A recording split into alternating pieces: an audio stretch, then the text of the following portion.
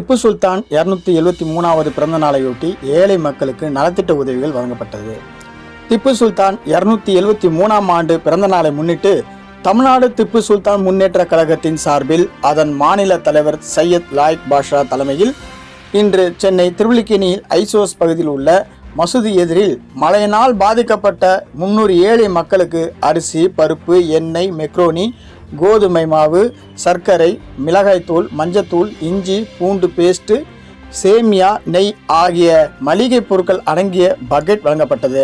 இதில் கலந்து கொண்ட அதிமுக மத்திய சென்னை வடக்கு கிழக்கு மாவட்ட செயலாளர் ஆதி ராஜாராம் நலத்திட்ட உதவிகளை மக்களுக்கு வழங்கினார்.